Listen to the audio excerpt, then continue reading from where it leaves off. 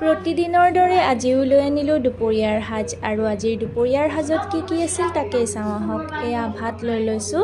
আজি অকণমান থালিখন বেলেগকৈ সজাই লৈছোঁ আৰু ভাতত তিতা কেৰেলা এটা দিছিলোঁ, সেইটোও লৈ লৈছোঁ।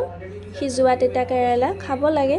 তাৰপাছত এয়া মই বনাইছিলোঁ আজি কঢ়াই গ্ৰেভি পনীৰ আৰু এই ৰেচিপিটো আপোনালোকলৈ আগবঢ়াম মই।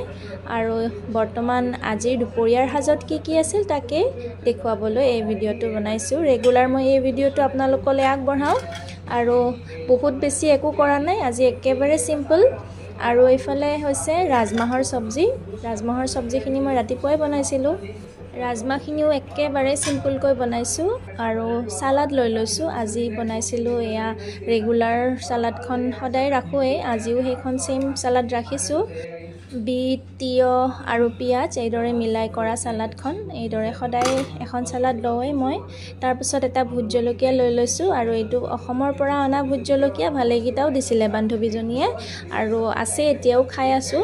আৰু আজিৰ দুপৰীয়াৰ সাজটো আমাৰ এইদৰেই আছিল। আৰু আজিৰ দুপৰীয়াৰ সাজৰ ভিডিঅ'টো আপোনালোকে কেনেকুৱা পালে জনাবলৈ নাপাহৰিব। ভাল লাগিলে লাইক কৰিব, কমেণ্ট কৰিব আৰু যদি বেছি ভাল লাগে তেতিয়াহ'লে শ্বেয়াৰ কৰি দিব। আৰু কঢ়াই পনীৰৰ ৰেচিপিটো আহি আছে অতি সোনকালে। এতিয়ালৈ আহিছোঁ।